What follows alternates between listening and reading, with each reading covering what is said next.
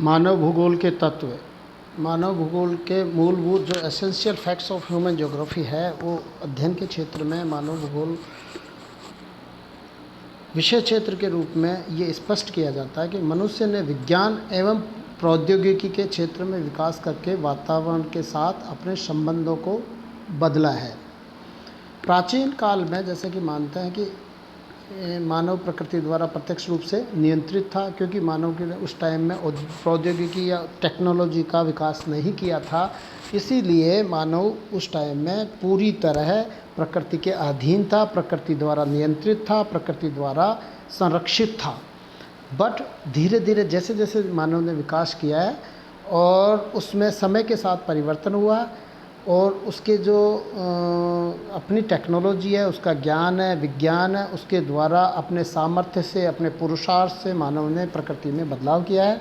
ऐसी स्थिति में जब चला जाता है तो उसके बाद में मानव के जो मानव भूगोल के हैं वो तथ्य समय के साथ बदलते रहे हैं। यानी कि प्रारंभिक अवस्था में, ऐतिहासिक काल के प्रारंभिक अवस्था में, प्राचीन काल में हम लोग देखते हैं तो उस टाइम में मानव की आवश्यकताएं अलग थी। आज मानव की आवश्यकताएं धीरे धीरे बदल के और बड़ी भी हो गई और आवश्यकता में बदलाव भी हुआ। समय के साथ परिवर्तन है और जैसा कि हम लोग कहते हैं धीरे धीरे ये चीज़ समय के हिसाब से बदलता रहा। प्रारंभ में ये मानते थे कि उसके क्रियाकलाप भोजन संग्रह, शिकार तथा पशुपालन या कृषि करने तक सीमित थे, लेकिन धीरे धीरे वही मानव के जो क्रियाकलाप हैं या मानवीय जो क्रियाएं धीरे धीरे उसकी उच्च आवश्यकताएं जन्म देने लगी, जैसे शिक्षा, मनोरंजन, आधुनिक सरकार, धर्म, संस्कृति आदि ऐसे तथ्यों का उद्भव हुआ, जिससे कि उसके इन चीज़ों में बदलाव आया। समय के साथ यही चीज़ ये मानते हैं कि धर्म और संस्कृति के बाद में विद्यमान अनेक प्रकार के मानव जो इस प्रकृति में था, प्राकृतिक तत्वों का उपयोग करके सांस्कृतिक तत्वों का उसने जन्म दिया।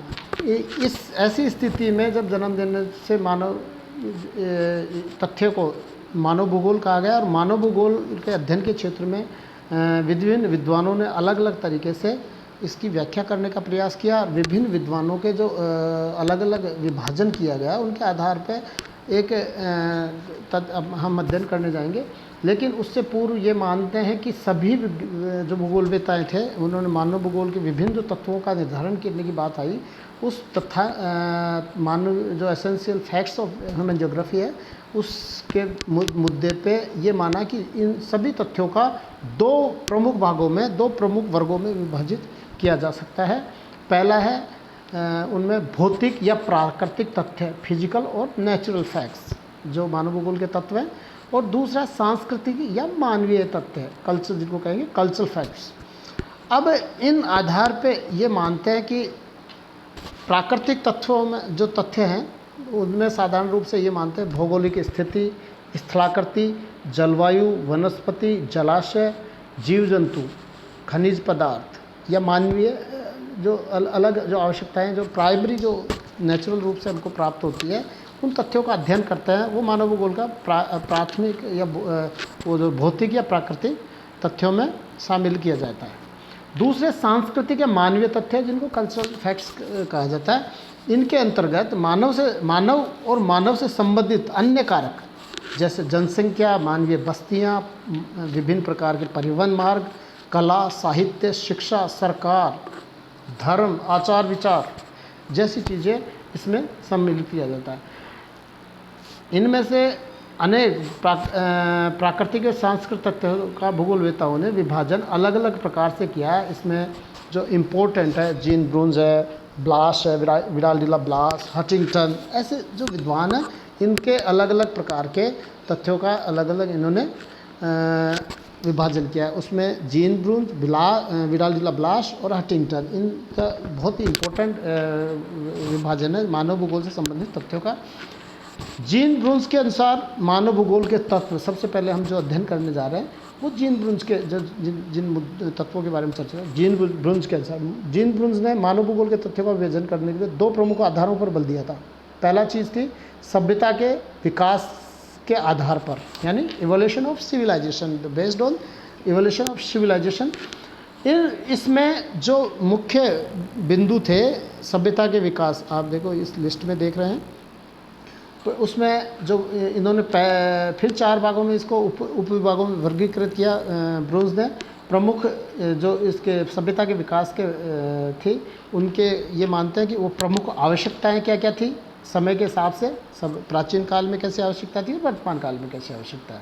भूमि का शोषण, यानी भूमि का उपयोग किस तरह से किया जाता है, भूमि का ज़मीन से वो शोषण, यानी कृषि करना, पशुपालन करना या और अन्य खनन क्रिया करना आदि तत्वों के ऊपर जोर देते थे कि जो किया, भूमि का शोषण किस तरह से किया है, उसको एक पढ़ दिया, यानी भूमि का उपयोग किस तरह से किया। सामाजिक भूगोल, समाज और उससे संबंधित जो भूगोल का अध्ययन किया वो सामाजिक भूगोल के में। ऐसे ही राजनीतिक एवं ऐतिहासिक भूगोल, राजनीतिक और ऐतिहासिक भूगोल, इन राजनीतिक पक्ष और ऐतिहासिक पक्ष दोनों को सम्मिलित कर एक और उपविभाग इन्होंने जीन ब्रून्स ने वर्गीकृत किया और उसके अध्ययन किया। दूसरा जो पॉइंट था महत्वपूर्ण ज़्यादा, वो सभ्यता के विकास के बाद में सांस्कृतिक तथ्यों के आधार पर, यानी कल्चरल फैक्ट्स के बेस पे जो था वो इन्होंने 3 छोटे उपभागों में विभाजित किया इस चीज़ को। दूसरे जो तथ्य थे उनका पहला था भूमि का अनुत्पादक उपयोग, यानी भूमि का अनुत्पादक उपयोग क्या हो सकते हैं। दूसरा, भूमि का अनुत्पादक उपयोग में जो शामिल करते हैं कि मानव द्वारा निर्मित विभिन्न मकान, सड़क जैसे जो कार्य थे उनमें कौन कौन से उपयोग हो सकते हैं, कि कितने % भूमि वहाँ था। पर ये मानते हैं कि जलवायु, आर्थिक स्थिति, निर्माण सामग्री के आधार पर अलग अलग प्रकार के आवासीय भवनों का। उसके बाद में जो दूसरा, पशु एवं वनस्पति जगत पर मानव की विजय, पशु एवं वनस्पति जगत पर मानव की विजय, इन्होंने एक और उपविभाग इसका माना सांस्कृतिक तथ्यों का, जिसके अंतर्गत कृषि तथा पशुपालन 2 विभागों समावेश करते हुए ये मानते हैं कि कृषि के अंतर्गत प्राचीन स्थानांतरणशील कृषि, यानी नोमैडिक जो जिसको कहते हैं कि जो आदिम कृषि कहा जाता है, स्थानांतरणशील कृषि, और उसके कृषि घास युक्त मैदानों में, फार्मों में जो आधुनिक कृषि की जाती है उनका किस तरह से प्रभाव, किस तरह से तथ्यों का किया। कृषि तथा मानसूनी जलवायु के प्रदेश में नदियों द्वारा गहन कृषि की जाती है, मतलब गहन कृषि या विस्तृत कृषि, ये आधुनिक कृषियाँ हैं दोनों ही। रेगिस्तानी क्षेत्र में किस तरह से काम में लेते हैं, कौन से औजार काम में लेते हैं, किस तरह की कृषि करते हैं, वहाँ पर जो प्रमुख ये होता है रेगिस्तानी क्षेत्र में, जैसे कि ऊँट, और ध्रुवीय क्षेत्रों में रेंडियर काम में, कुत्ते का आदि काम में लेते हैं। कृषि क्षेत्रों में भैंस तथा उपयोग, इस तरह के कई तरह के पशु पाले जाते हैं। वो वहाँ अलग अलग जगह पर अलग अलग पशुओं का अलग अलग कृषि की तकनीकों का उपयोग होता है, वो इसमें शामिल जीन ब्रून्स ने किया था।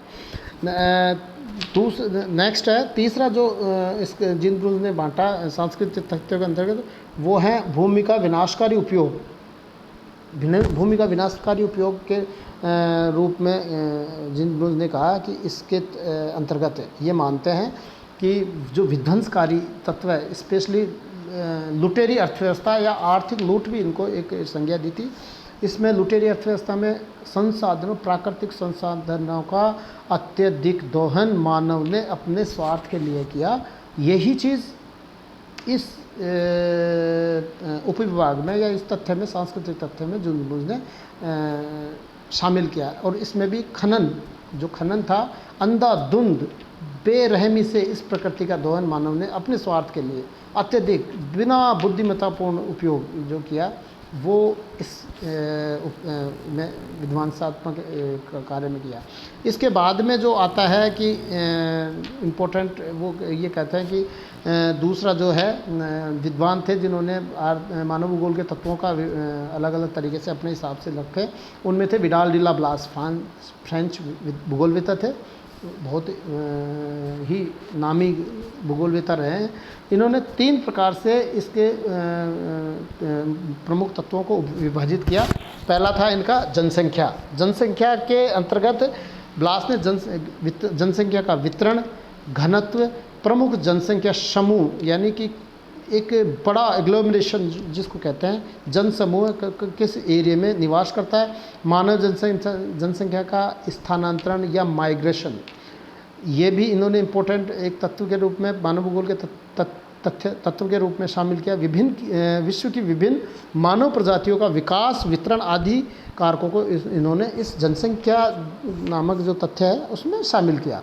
दूसरा जो तत्व है इनके साथ सांस्कृतिक तत्व है, कल्चरल फैक्ट। सांस्कृतिक तत्व में ब्लास ने स्वयं मानव या मानव द्वारा निर्मित विभिन्न कृत्रिम तथ्यों को समावेशित किया है, मतलब इसमें शामिल किया। इसमें वातावरण, पेड़ पौधे, विभिन्न पालतू तथा जंगली जानवर, मानव द्वारा प्राकृतिक वातावरण के विभिन्न तत्वों से अनुकूलन, ये इनमें शामिल किया। दूसरा जो इसका अलग एक दूसरा था कि विभिन्न मानव निर्मित औजार तथा कच्चा माल, जीविका के निर्वहन के साधन या विभिन्न मानव बस्तियों के निर्माण की सामग्री इन्होंने सांस्कृतिक तत्वों में शामिल किया। मानव बस्तियाँ, सभ्यताओं के विकास आदि को सांस्कृतिक तत्वों का प्रमुख रूप माना। एक जो तीसरा इनका ब्लास्ट का सांस्कृतिक तत्व, मुख्य तत्व, वो है परिवहन। मानव तथा मानव द्वारा स्वयं को अन्य उपयोगी जो यूज़फुल जो है अपने स्वार्थ के लिए, अपने विकास के लिए, अपने उपयोग के लिए जो पदार्थों का एक स्थान से दूसरे स्थान के लिए परिवहन के लिए विभिन्न साधनों का ब्लास ने महत्वपूर्ण तथ्यों में शामिल किया। इसके अंतर्गत मानव, विभिन्न पशु, उनका उपयोग, मानव द्वारा विभिन्न पशुओं का उपयोग परिवहन के रूप में किया गया। गाड़ियाँ, परिवहन के मार्ग जैसे सड़क, रेल, महासागरीय परिवहन आदि इनके समय आज के टाइम में इसको वायु परिवहन से भी जोड़ सकते हैं। विभिन्न प्रकार के इस जो मोड ऑफ ट्रांसपोर्टेशन थे उनको ब्लास ने इसमें शामिल किया। इसके अतिरिक्त मानव प्रजातियों तथा नगरीय केंद्रों को भी ब्लास ने अपने मुख्य रूप से मानव भूगोल के तत्वों में शामिल किया। इसके बाद में ये चालते हैं कि जो तीसरे जो विद्वान थे जिनके विचार हम शामिल करते हैं वो हटिंगटन, एल्सवर्थ हटिंगटन एक प्रमुख विद्वान थे। इन्होंने भी मानवीय जो विभिन्न जो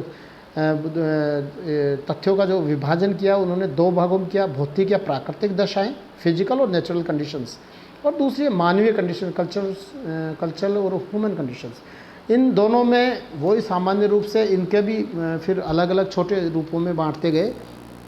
जब छोटे भौतिक दशाएं और मानवीय दशाएं, इन दोनों में ये मानते हैं कि जब भौतिक दशाओं का हम चर्चा करते हैं तो पहला जो टॉपिक इन्होंने भौतिक दशाओं का उपविभाजन किया कि पृथ्वी एक ग्लोब के रूप में, एज ए ग्लोबल विलेज के रूप में इन्होंने माना कि पृथ्वी ब्रह्मांड में अन्य ग्रहों की भांति सूर्य के चारों ओर 365 सही और 6 घंटे में अपना चक्कर लगाती है, और इनके कारण वो जो नगर विभिन्न ऋतुओं का दिन रात एक मतलब उसकी जो पृथ्वी की जो भौतिक गतिविधियाँ हैं, मैकेनिज्म है पृथ्वी और सूर्य का आपसी पारस्परिक संबंध है, या उनके बारे में इसमें उल्लेख किया, एक ग्लोब के रूप में उल्लेख किया।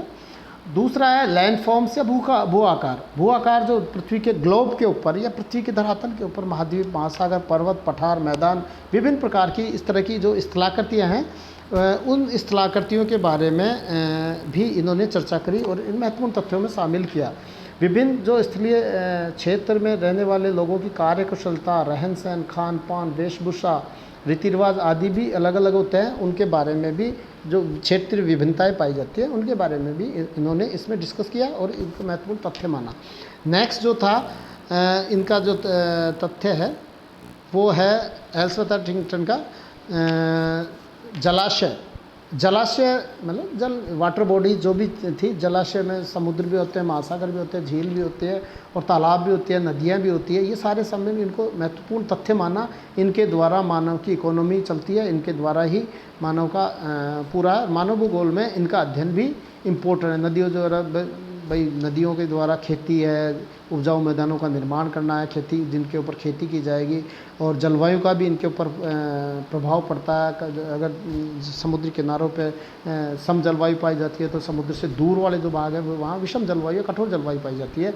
इस तरह का इन्होंने अध्ययन किया और इनके मानव के इन जो तथ्य भौतिक दशाएं हैं वो मानवीय क्रियाओं के ऊपर इम्पैक्ट पड़ता है, ये ही इन्होंने शामिल किया। जैसे कि इस टेबल के द्वारा एल्सवर्थ एटिंगटन ने अपने दिखाया कि भौतिक एक तरफ है, इन्हें लेफ्ट हैंड की तरफ है भौतिक दशाएं फिजिकल कंडीशन, और दूसरी तरफ मानवीय प्रतिक्रियाएँ, मानवीय रेस्पॉन्सेज जिसको कहते हैं। और मानव के ग्लोब, इन्होंने अपने तथ्य जो बनावट किया है, अपने जो अभी बताया कि उसमें बताया कि ग्लोब की स्थिति, भूमि की बनावट, जलाशय, मृदाएं, खनिज और जलवायु, ये एक दूसरे से संबंधित है, एक दूसरे से पारस्परिक इनका चलता है।